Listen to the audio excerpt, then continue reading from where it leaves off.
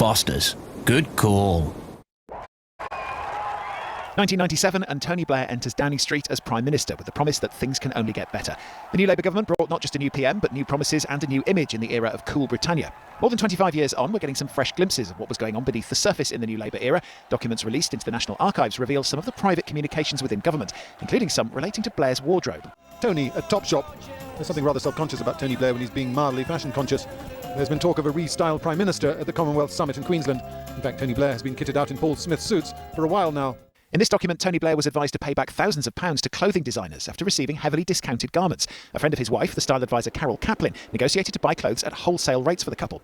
A Downing Street official writes, "We are not arguing that anything has been done wrong, and indeed nothing has. The issue is one of public perception."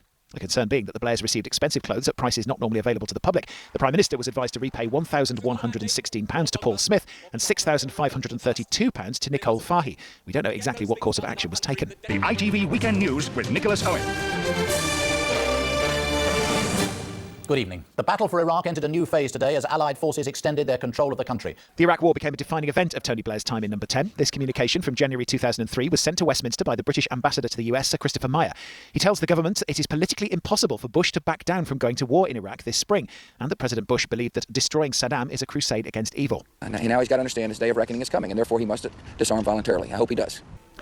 Less than 2 months after this confidential message was sent, Britain and the US began the invasion of Iraq. The current US ambassador, Lord Mandelson, was another leading, if controversial, figure within New Labour. By 2003, he had already been forced to resign twice from government. In April of that year, his friend, Lord Burt, wrote to the Prime Minister saying, "If you judge a return to government is not possible, then he would like you to consider appointing him as EC Commissioner."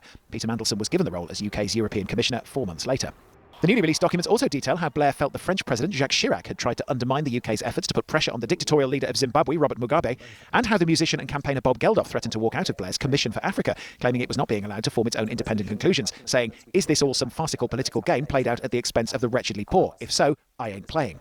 The papers don't all date from the Blair years. In 1993, with John Major in Number 10, there was a debate over the future of the royal yacht Britannia. With the vessel reaching the end of its service, ministers had to decide whether to spend on a costly refit or even more on a costly replacement. What is clear is that the Ministry of Defence, in the midst of deep budget cuts, does not want to have to pay for it. So talks are underway with the Department of Trade and the Foreign Office to see if some other government department thinks it's worth spending money on. The documents include a suggestion from Buckingham Palace officials that the Prime Minister stress Britannia's inestimable value to the nation, although it makes it clear there has been no pressure placed on the government from Queen Elizabeth to build a replacement. The response from an official, though, was that to say that the royal yacht has been of inestimable value to this country will not be a helpful remark if ministers in due course decide not to replace Britannia. It wasn't just Tony Blair receiving discounted clothes that concerned official value to this country will not be a helpful remark if ministers in due course decide not to replace Britannia.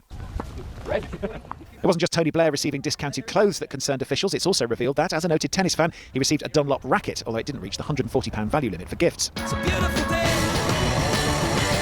Officials did question a gift of a guitar from the lead singer of U2, Bono. In the PM's handwriting, he questions whether he would have to pay the full purchase price for it. A similar gift of an acoustic guitar from the President of Mexico, though, was a little less well received. On the note about its value, Blair wrote, "I don't actually use it." David Harper, ITV.